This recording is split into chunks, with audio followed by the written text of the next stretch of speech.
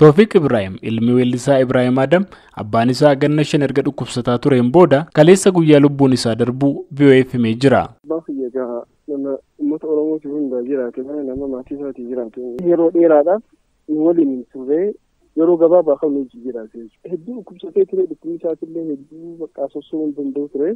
Yeroo dhukkubsatee ciisaa ture kanatti yaala gahaa argatee ture Ibrahim.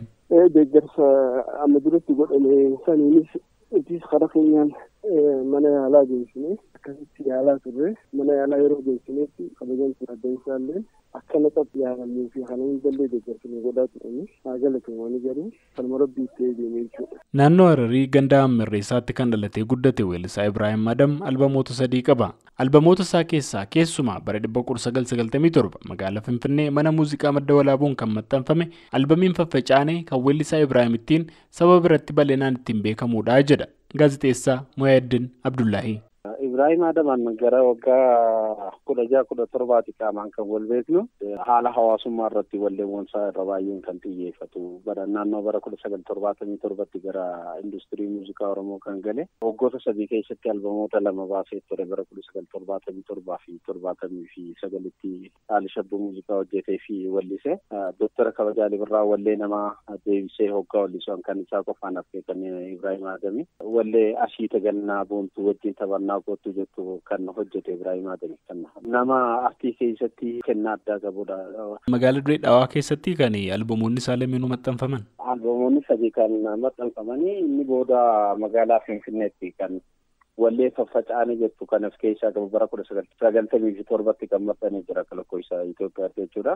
Dhaloota booda kana wajjin baay'ee kan wal barsiise albama booda kan Faffacaanee biyya baanee jechuudhaan roorroo Oromoo irra ture nama yeroo jalqabaatiif BBC'dhaan hojjeteedha. Achirratti rakkoo Oromoo baasee roorroo Oromoo irra jiru nama ibse reebamaa ture tumamaa mana hidhaa garaagaraatti hidhamaa ture jechuudha. Muhayyadin dabalataan weellisaa Ibrahim Adam nama uummataafis of kenneedha jedha.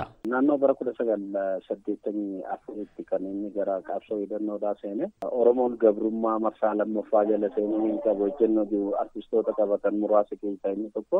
Kanaaf yeroo sanitti gara nagaatiin dadhabame ejjennoon jettu waan tureef inni akkuma Oromoota kamittuu gara qabsoo hidhannoo seenee ilmaan abbaa irratti facaasee kan inni deeme baha Oromiyaa kanatti ona gaara mul'ataa naannoo sadis kanatti ramadamee qabsoo hidhannoo jilbiibbatee nama dhukaasaa turedha saba isaatiin jecha gara waggaa 10 takka qabsoo hidhannoo san keessa ture naannoo bara 1992-93 kana gara jireenya idileetti deebi'uu danda'e jechuudha. Erga jireenya idileetti deebi'ee booda jiruunsaa akkam ture?